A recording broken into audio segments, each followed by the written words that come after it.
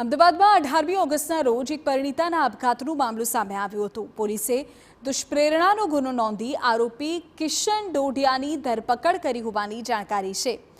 આરોપીના બ્લેકમેલિંગના કારણે પરિણીતાએ આપઘાત કર્યો હતો। પરિણીતાએ પોતાના રૂમમાં આપઘાત કરી લીધો હતો।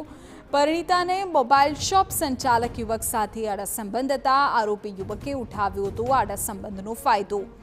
આરોપીએ અંગત પડોના વિડીયો બનાવી તેને બ્લેકમેલ કરી હતી અને પરિણીતા પાસેથી તે રૂપિયા પડાવતો હતો। પરિણીતાએ આપઘાત પહેલા વિદેશ રહેતા પતિને કરી હતી જાણ।